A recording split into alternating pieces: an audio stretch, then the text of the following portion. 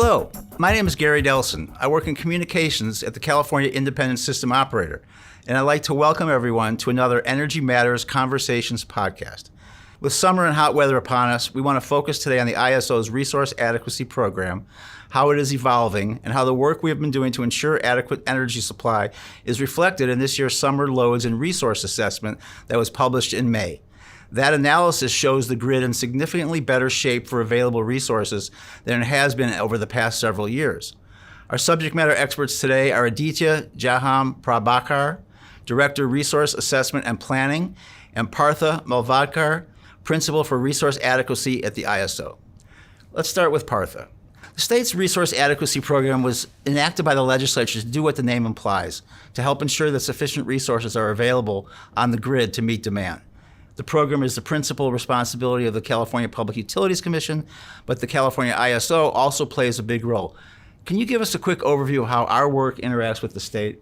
Yeah, so if we look at the different entities with sort of the primary roles and responsibilities within the state's RA program, first I'd start off with the California Energy Commission, which really has that primary responsibility around load forecasting, which fits into the variety of processes at the CPUC, and as well as at the ISO.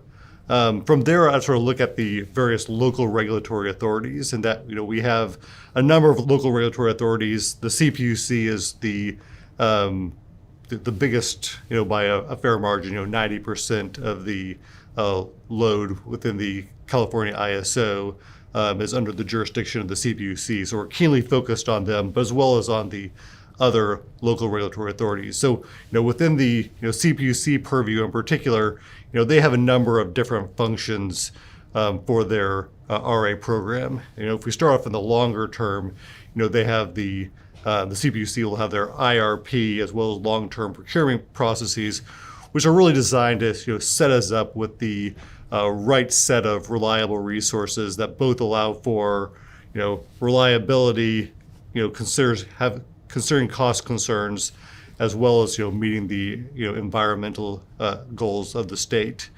And then from there, the ISO has various processes and procedures within our purview that are really meant to work in conjunction with both the CPUC's program and processes, as well as with the other local regulatory authorities. And that includes must offer obligations. We have backstop authority, various outage management processes, as well as availability incentive mechanisms for resources shown as RA. And so part of our design is really to make sure that all these are working in concert with each other between these different entities. So yeah, thanks for the question. And you've been involved in a stakeholder initiative for some months now, and you're using working groups, which the ISO has been using more to identify problems and principles for solutions and so forth. So what are the concerns that you're hearing from the working groups that need to be addressed in this initiative on resource adequacy? Yeah, so there really are a lot of different stakeholders, which is great, a lot of different perspectives in terms of what we should be achieving. But I think what really people are looking for is for us to really sharpen our pencils to make sure that our RA processes are working as efficiently and effectively as possible in order to achieve the reliability goals that we're shooting for.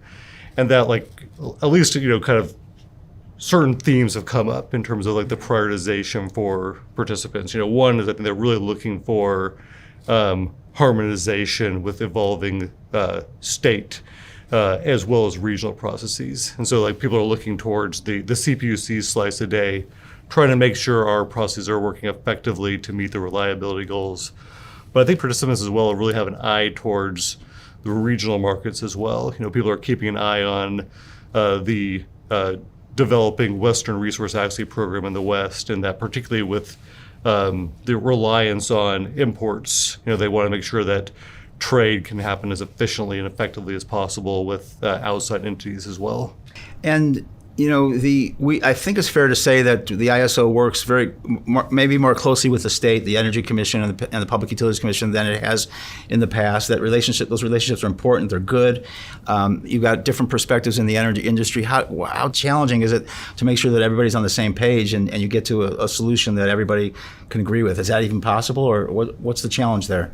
Yeah, that's a great question. And I think that really what we have is, this open stakeholder process is kind of the foundational element where we're trying to make sure we're getting good engagement and really understand the perspectives of a variety of entities, and that, we are, partnering really closely with the CPUC in particular in these efforts to try to make sure that we understand the goals and the design of their evolving program, and to make sure that our various processes and procedures that are trying to work in concert with them are really working as efficiently as possible. And so, is it achievable? Absolutely. Sure. I mean, I think that the CPUC in particular has their slice of day RA changes that are going to be going into the binding phase for 2025.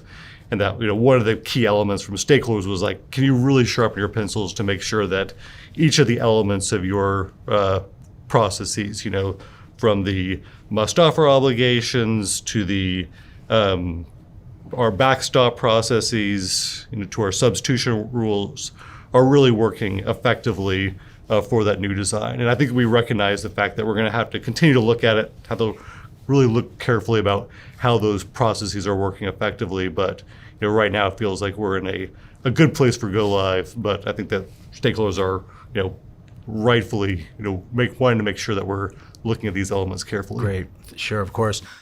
And Aditya, the good news on the resource adequacy front for you and the program you manage is the Summer Loads and Resource Assessment, which comes out every, I think, May. Yep. It's a look at the summer and how we're looking, how the grid looks for reliability heading into the summer. We have more resources available to us than we have in years past, and the outlook for this summer, 2024, is much more positive than it has been for several years. Why is that? Sum that up. Tell us a little bit about your main findings and what you're looking for going into summer. So the findings are inspired by what are the activities that happen from a resource adequacy standpoint in the state, the resources that are added to the system. We've added about 4,500 megawatts of capacity from September 1st of last year through April 1st. We anticipate adding another 4,500 megawatts of capacity heading into the summer by June 30th. So basically 9,000 megawatts of nameplate capacity is expected to be available compared to last year's summer. Hydro conditions are average.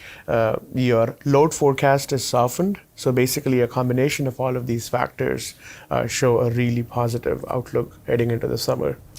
And one of the things we talk about a lot is this 1 in 10 metric.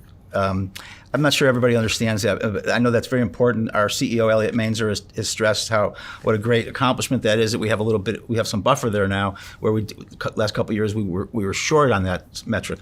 Explain what that 1 in 10 means and why it's so important to us and for reliability. It's an industry standard that basically tries to say you plan your system with sufficient capacity such that you run into emergency system conditions or loss of load once every 10 years. That the way we interpret it is not loss of load, but running into emergency system operations is how we interpret the 1 in 10.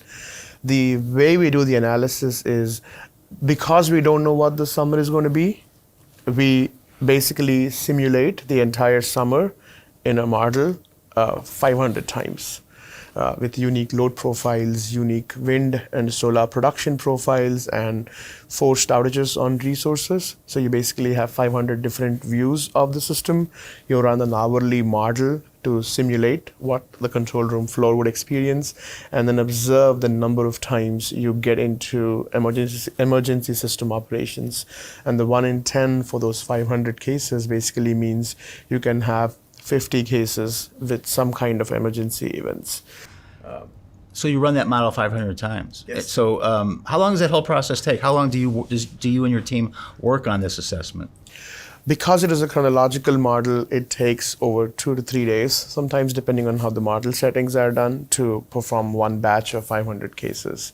And then once you go through the base runs, as you indicated earlier, we've seen a surplus. In the 500 simulations that we originally ran, we saw only less than 10 cases with any kind of unserved energy, but the standard measures 50 cases, or 1 in 10 equivalent.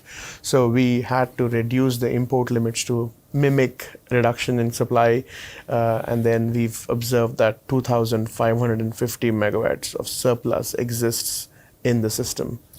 We are prone to exposure to extreme emergency system conditions, from fire risk, from prolonged heat waves.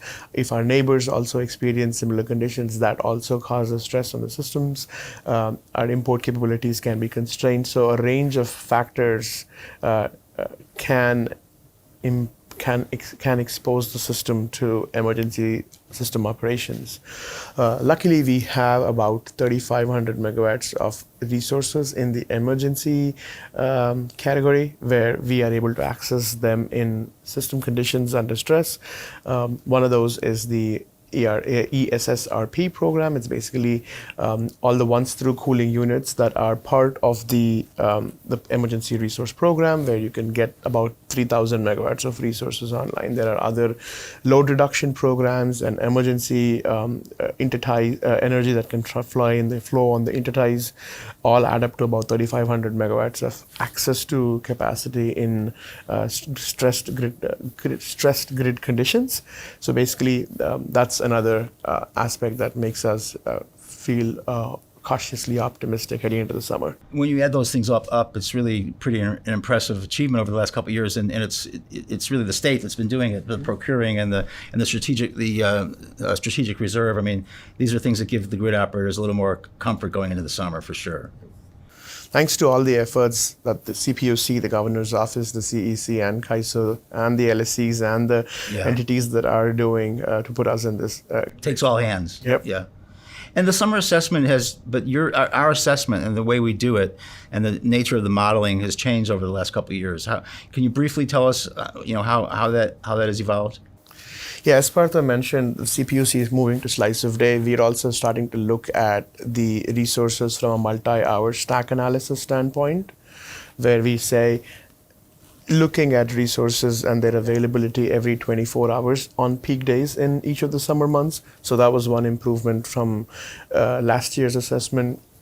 And also looking at the mix of resources that are used in our production cost simulations that determine the 1 in 10 calculations. We've adjusted some numbers there to make sure that the resource mix is there. So the analysis has improved, basically evolved over time to capture the changing system and operating conditions on the grid. So going back to resource adequacy for a moment, Partha,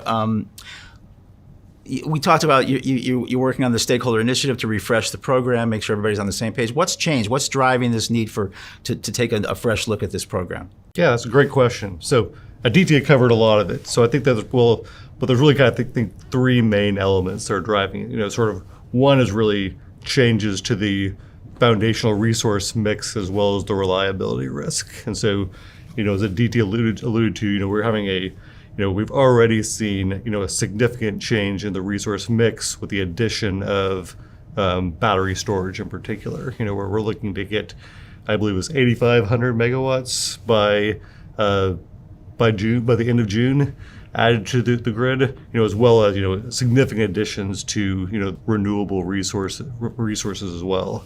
So that would be kind of element one, along with sort of, as Aditya alluded to, some of the climate change and other risks that we're facing.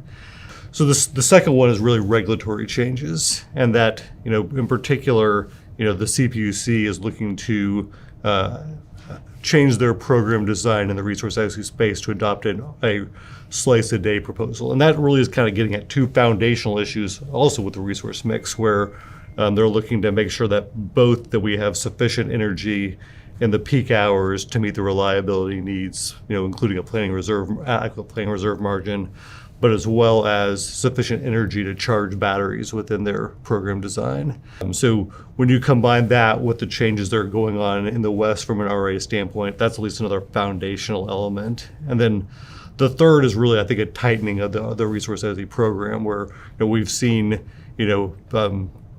significant challenges with the ability for LSCs to procure sufficient resources to meet their RA requirements. And I think for those entities in particular, they're really wanting to make sure that our processes are working as efficiently as possible, that there's sort of clarity and ease of implementation and meeting our reliability objectives. So, between those various changing elements, I think those are kind of the foundational issues in terms of like what's setting up the need to relook at RA and to make sure that we've got it right, and that we're continuing to sort of evaluate those changes in a holistic manner. Yeah, thank you. It's a lot of work's been done. It's good to know we're going into the summer in a little better shape. I think a couple summers ago we weren't feeling quite this cautiously optimistic. It would be great if the weather would cooperate with us, but it's good to know that you and all the people you're working with internally and externally have done a lot of hard work to put us in better shape. So thank you so much for tuning in and listening, and hope you enjoyed the conversation.